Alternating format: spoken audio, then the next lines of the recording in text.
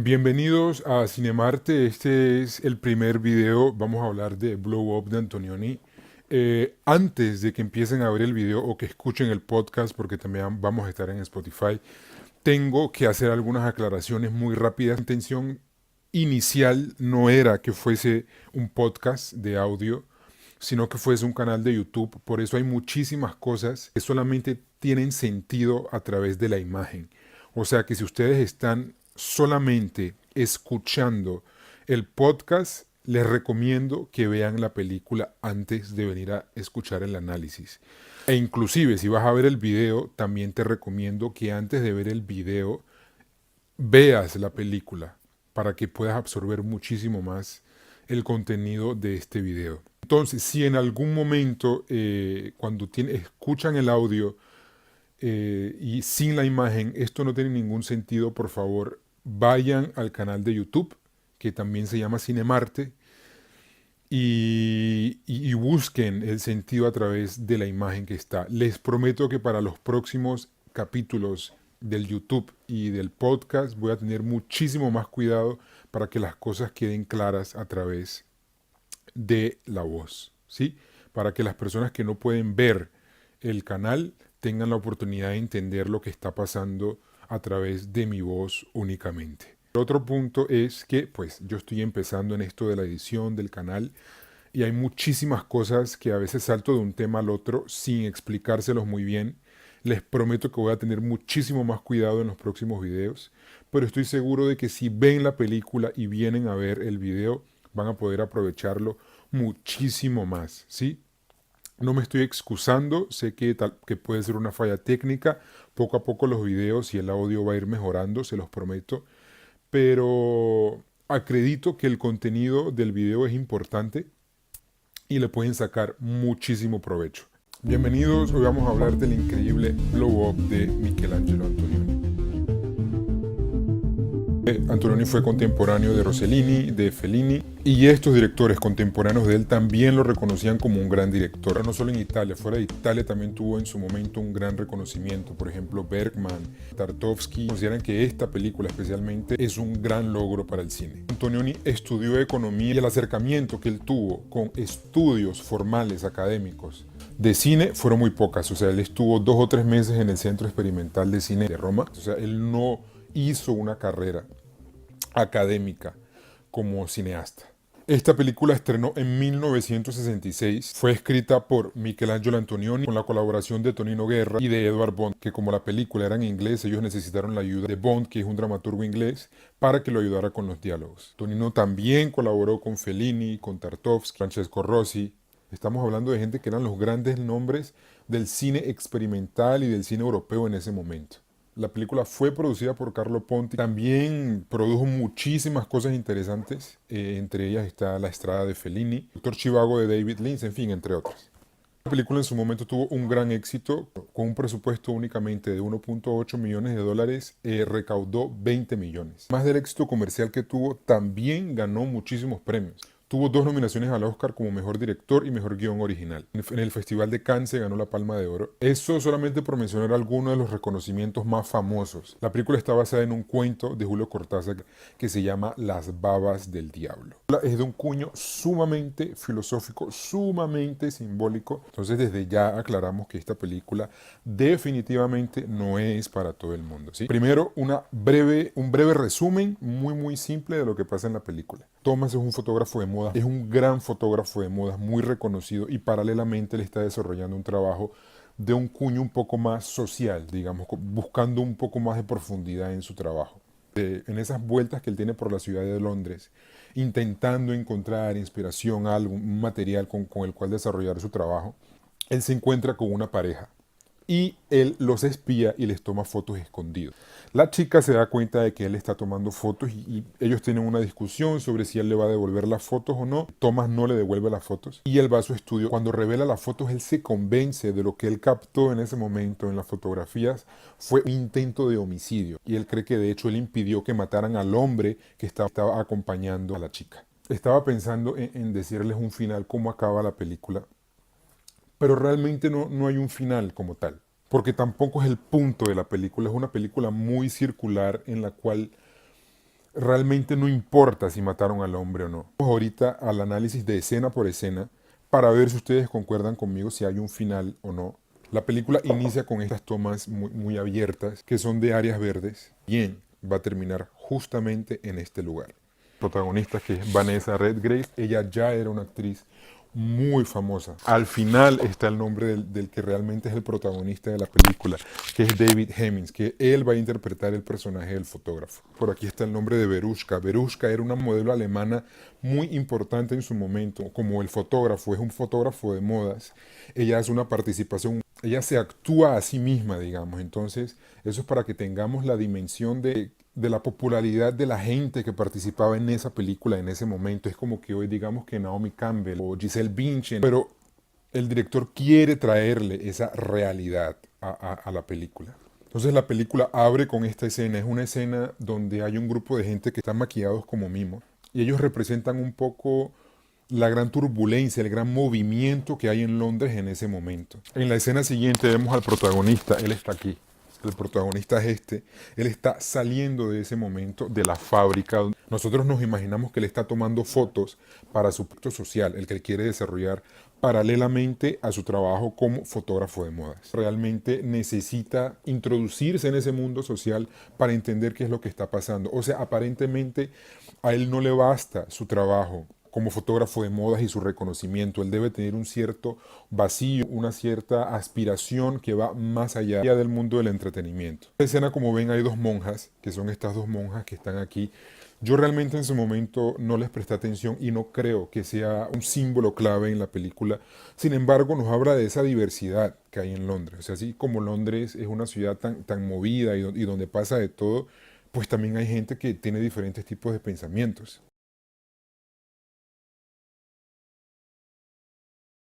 Creo que Antonioni a través de estas imágenes intenta ubicarnos en cuál es la realidad de este personaje. Thomas no es una persona muy agradable, digamos, él llega a ser muy agresivo. Sin embargo, cuando él se encuentra en medio como de este carnaval de gente y todo, a él le encanta. Y como que si él tuviera una cierta afinidad con lo que está pasando en ese momento en su ciudad. Te viene la secuencia del estudio donde la modelo ya la está esperando. La modelo es Veruschka y ellos tienen un tipo de discusión. Le dice, yo he estado aquí esperándote, tú llegaste tarde y tengo un vuelo dentro de poco. Y le va a decir como que tengo que irme. Y a él simplemente no le importa. Sin embargo, esta escena también muestra una cosa interesante, que el trabajo de él como fotógrafo no es superficial, aunque sea de modas, no es superficial. Y de hecho Antonioni muestra una química muy grande que se da entre el trabajo de él y Veruschka. O sea que él, a pesar de que trabaja en un medio que aparentemente es muy superficial, él sí busca una cierta profundidad en su trabajo. Esa profundidad que tal vez puede ser un poco más honda en el trabajo social que él busca. Él sabe lidiar con la modelo, él sabe el tomar la fotografía, él sabe dirigir a la modelo, digamos, hacia lo que él quiere sacar de ella. O sea, él es un director. Él es un director así como Antonioni. O sea, Antonioni entiende la profundidad del trabajo de este artista y donde él va a hacer una sesión de foto con todas estas modelos y él pierde la paciencia porque aparentemente, al contrario de lo que pasó en la escena anterior, ninguna de estas chicas sabe darle a él lo que él está buscando. Son como muertas, son como muy formales, sin profundidad, sin emoción. O sea, en la escena anterior vimos que él de hecho construyó una química con la modelo, pero la modelo es Veruschka, ¿no? Es una mujer que sabe lidiar con ese mundo, con las fotografías, que tiene ya una trayectoria, un reconocimiento. Acá hay un vacío. Esto es una escena de total frustración, donde él intenta sacar algo de las modelos y él no puede. Y si en la escena anterior con Veruschka no había ningún tipo de escenografía, digamos, aquí sí, en esta escena está lleno de elementos escenográficos para enriquecer el trabajo y ni así consiguen calidad en las fotos. En este contraste entre la escena y la anterior nos quiere decir que este hombre realmente busca profundidad. Después de que se frustra en la escena y putea a todas las modelos, él se va, las abandona y se va. En la siguiente escena, después de que él se frustra tanto con su trabajo, él va a visitar a su amigo. Su amigo es Bill, un artista plástico, y esta escena es fundamental. Justamente en este momento, ellos están teniendo una conversación sobre el arte. Esto es una escena llave para entender la película. Al trabajar en su obra de arte, al principio él no tiene mucha conciencia de lo que pasa, pero en determinado momento él conecta de manera intuitiva con su propia obra y él encuentra algo, una pista que dentro del cuadro le dice es por aquí donde hay que tomar. Eso es lo que le va a pasar justamente a Thomas. Él intuitivamente va a seguir a la pareja que se esconde. ¿Ya? Pero vamos a hablar sobre esa escena luego. Bill, que es este chico, el que está de blanco pintando, le muestra al otro dónde le encuentra la pista. Ahí está. Lo importante de esta escena es que Bill le deja claro, no solamente a Thomas, que es el fotógrafo, sino a nosotros, que somos los espectadores. Le dice, yo cuando pinto, yo no sé lo que yo estoy haciendo. Yo cuando pinto, yo empiezo y luego me encuentro una llave, me encuentro una pista, ¿sí? Que justamente, y es como que se le estuviera diciendo un poco a Thomas que tiene que seguir su intuición. Y a nosotros también nos está diciendo cómo tenemos que ver esta obra, o sea, cómo tenemos que apreciarla. En este momento aparece Patricia, que es la novia de Bill, que es interpretada por la actriz Sarah Miles. Probablemente el motivo por el cual él va a ese cuarto a visitar a Bill es por la chica. Y ella aparentemente también le retribuye esa atracción sexual. Yo no estoy seguro de si la atracción es únicamente sexual o Thomas también está intentando acercarse intelectualmente de alguien. A continuación aparecen estos dos personajes que no son realmente personajes, son como tipos, no tienen muchísima profundidad, son movidas únicamente por la necesidad de que él les tome unas fotos y hacerse famosas. Casa las trata como una basura, arranca el carro y las deja a ellas persiguiéndolo, donde él llega como una tienda de antigüedades. Y la película también va a tratar sobre qué es considerado arte y qué no. Esta escena, digamos, va a tener un eco en una de las últimas secuencias de la película. Porque de todas las obras de arte que realmente son producidas como obra de arte, en esta escena él se lleva una hélice. Esta es la escena donde realmente se da el acontecimiento que dispara la fábula. Ahí está la pareja que ellos van entrando al parque donde él se va a dirigir y él tiene un momento como de intuición, como de ir atrás de ellos y empezar a tomarle fotografías, que tiene mucho que ver con lo que Bill le dijo de cómo él tiene que hacer su trabajo. O sea, tú tienes que tomar la intuición, ahora él va a tomar fotos y luego él va a descubrir qué pasó con esas fotos. Ella finalmente se da cuenta de que le tomaron la foto, corre desesperada atrás de él y ellos no llegan a un acuerdo. Como el carro de él lo había dejado estacionado muy cerca de la tienda de antigüedades, él regresa, pasa de nuevo por la tienda de antigüedades y se lleva esa hélice que vimos ahí, porque a él le parece bonita, o sea, eso para él es una obra de arte. Él se encuentra con el agente de él, el agente fotográfico. La escena es interrumpida porque un hombre llega al carro de él, que él lo dejó estacionado afuera. El hombre que vino y se acercó al carro de él probablemente estaba buscando el material, las fotos. Cuando él regresa al estudio, él se encuentra nuevamente a la chica al que le tomó fotos. O sea, encuentra a Jane nuevamente y ella le exige que por favor le devuelva las fotos. Se desnuda en la escena, lo que en 1960, 1970 tenía que ser una cosa escandalosa. Ella se desnuda con la intención de ofrecerle sexo para que ella, por favor, le devuelva ese rollo de fotos. O sea, eso atiza muchísimo más la curiosidad no solamente del personaje, sino de nosotros por entender qué es lo que está pasando con ese rollo. Él lo que hace al final es que le da un rollo vacío de fotografías, un rollo virgen. Y aquí es donde la cosa se empieza a poner muchísimo más interesante, porque Antonioni te muestra no solamente que él descubrió un aparente asesinato, te muestra cómo él llega a esa conclusión, cómo es el proceso de descubrimiento paralelo a lo que Bill le dijo que él tenía que encontrar. O sea, él poco a poco empieza a ampliar y ampliar las fotografías hasta que él encuentra aparentemente la sombra de un hombre escondido con un arma. Aparentemente encuentra un cuerpo extendido en el piso.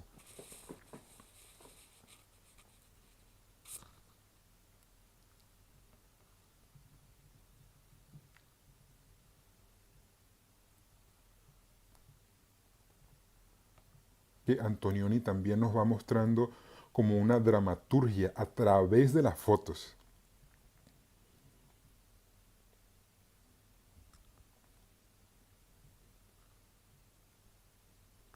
Y ahí es donde aparentemente él ve un rostro y ahí ve el arma. Ese es el arma.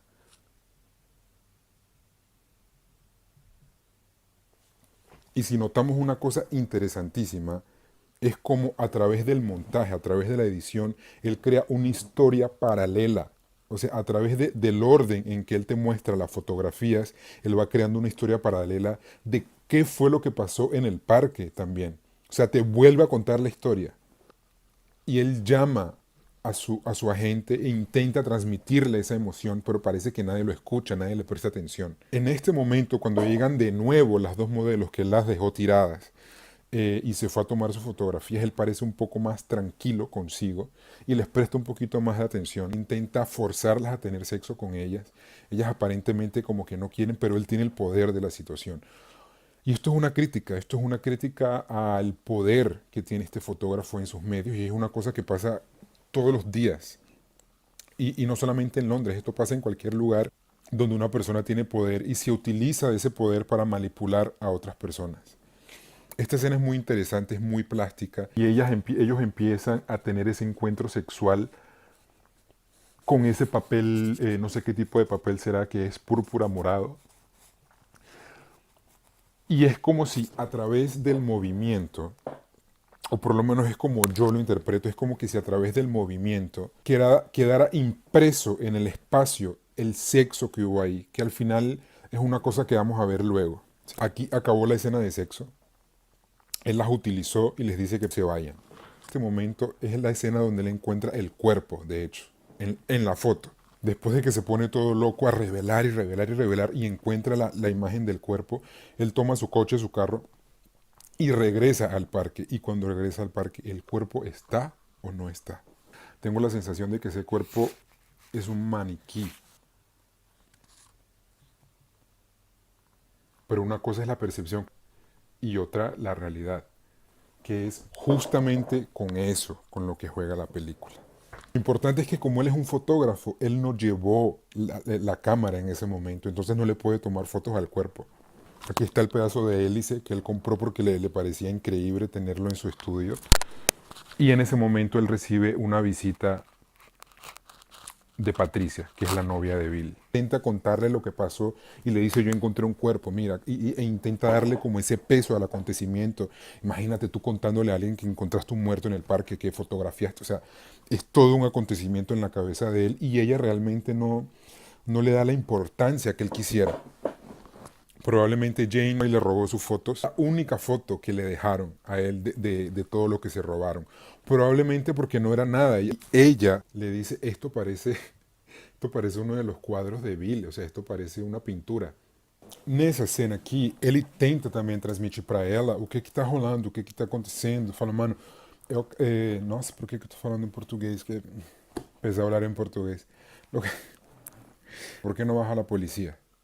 Él no quiere ir a la policía. La película no se trata de ir a la policía. Ella también pregunta, pero me pregunto por qué le dispararon. Entonces él está intentando transmitirle una sensación de haber confundido la realidad o de haber aumentado y ampliado tanto la realidad a través de las ampliaciones de los negativos de la fotografía. Ya no se sabe lo que es la realidad, lo que es la ficción, lo que es una obra de arte, lo que sí, lo que no. La primera afirmación que ella hizo fue, esto parece un cuadro de Bill. O sea, es tan abstracto que yo no sé decir qué es lo que es.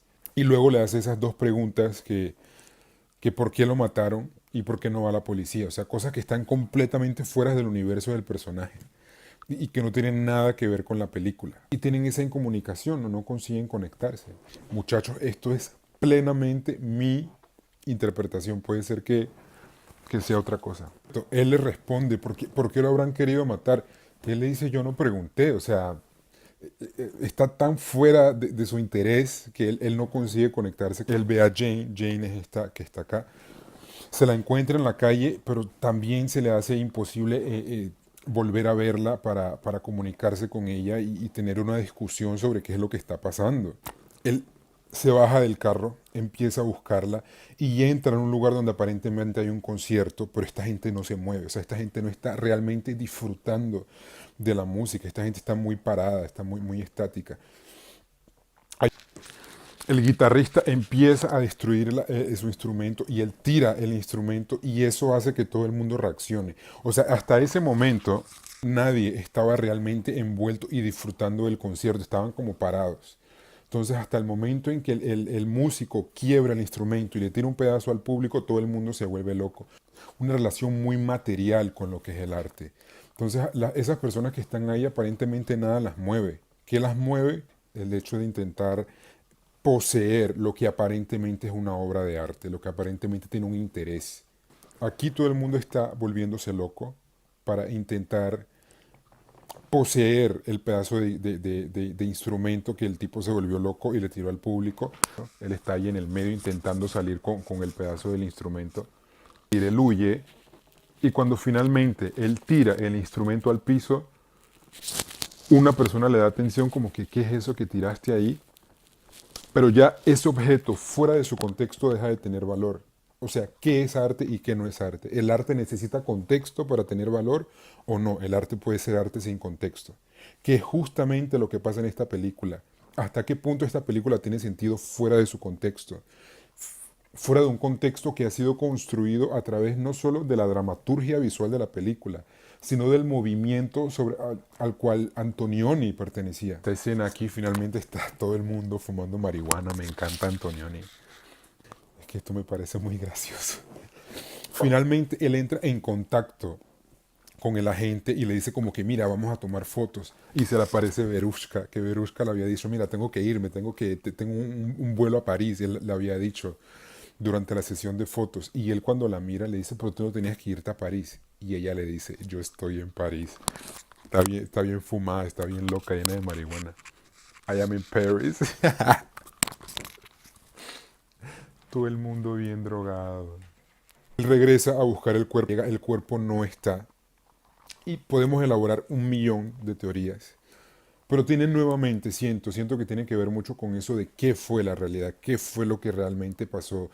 Fue real lo que él vio en las fotos, cómo él va a comprobar lo que pasó, cómo él va a conseguir hablar de eso si no tiene pruebas. Vemos como estas situaciones como un objeto lúdico donde se trabaja con el sentido, cómo le transmito esa sensación de lo que me está pasando en mi mundo interior a otras personas que no saben lo que está pasando, no saben lo que pasó, no tengo pruebas, no consigo comunicarme a través de esta película. O sea, yo creo que esta película trabaja a través de ese cuestionamiento, de cómo a través del lenguaje, cómo se elabora el lenguaje para poder transmitir ese tipo de emociones y ese tipo de sensaciones que son muy abstractas. Esta última escena es épica, es espectacular y siento que es lo que le da realmente sentido a esta película, que ha considerado esta escena como una de las escenas más importantes del cine, pero no el cine italiano, el cine mundial. Los mismos chicos que estaban vestidos de mimos al principio empiezan a tener un juego imaginario de tenis. Y todos los que están alrededor entienden la convención de lo que está pasando. Y él empieza a entrar en ese juego con esa sonrisa y empieza a tener un poco de simpatía por esas ideas un poco más abstractas. Eso es arte. Y esto a él le llama muchísimo más la atención. Y la cámara sigue el movimiento de la bola imaginaria. Y en determinado momento el chico le da tanto impulso a la bola, está hipnotizado, como yo hipnotizado, con el juego, y la bola sale del campo. Y le piden a él que por favor traiga la bola. La chica le está pidiendo, por favor tráemela. No sé si pueden ver bien la imagen, está como saturada. Y él va, eso es lo sorprendente de esa escena, que él realmente va y está todo el mundo mirándolo. O sea, todo el mundo le dice, ¿será que él va a traer la bola o no? Él es el centro de atención en ese momento. Y él finalmente regresa a la bola imaginaria.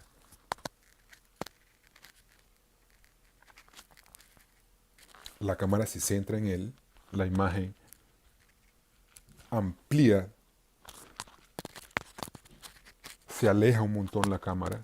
Un tipo, él esboza como una sonrisa, como una cierta satisfacción de que finalmente él pudo comunicarse con alguien a un nivel más allá de lo material, de lo concreto, es como que si hubiese un vacío espiritual y él desaparece. La imagen de él desaparece. The End. Ese The End va a ser importante para nosotros también.